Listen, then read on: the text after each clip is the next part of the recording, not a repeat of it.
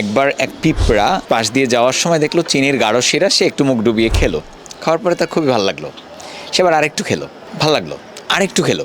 এবার সে চিনির শিরার উপরে উঠে গেল, উঠে গিয়ে এমন খাওয়া খেলো, পেট টইটম্বুর করে খেয়েছে।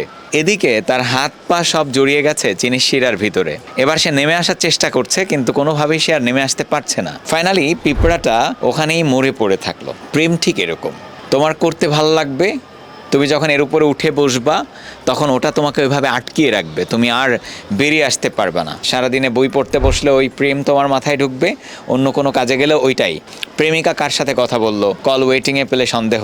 আমি বলবো যে তুমি তোমাকে ভালোবাসো, তোমার ক্যারিয়ারের সাথে প্রেম করো। আর প্রেমটা অনেকটা কি জানো, তোমার মশায় কামড় দিয়েছে, এটা চুলকানোর মতো। মশা কামড় দিয়েছে, তোমার চুলকাতে খুব ভালো লাগে। তোমার নখ দিয়ে চুলকে যদি না পারো, তুমি তারপরে কিন্তু চিরুনি নিয়ে আসো চুলকানোর জন্য, রাইট? চুলকাতে চুলকাতে যখন ছিলে যায় তখন তোমার এক্সপ্রেশনটা কি থাকে, ঠিক প্রেমটা করার সময় ভালো লাগবে, কিন্তু যখন ছিলে যাবে না তখন তুমি বুঝতে পারবা কেমন লাগে। ম্যাক্সিমাম তরুণের ক্লারিটি না থাকার কারণে তাদের লাইফের কোনো গোল নেই, কোনো ডেস্টিনেশন নেই। একটা গোল সেট করো, ফোকাস করো ক্যারিয়ারে, কোথায় যেতে চাও, কি হতে চাও আগামী 10 বছর পরে। এটা যদি তুমি ফোকাস করতে পারো তাহলে তোমার প্রেম ভালোবাসা এগুলো তোমাকে ডিস্ট্রাক্টেড করার কোনো সুযোগ নেই।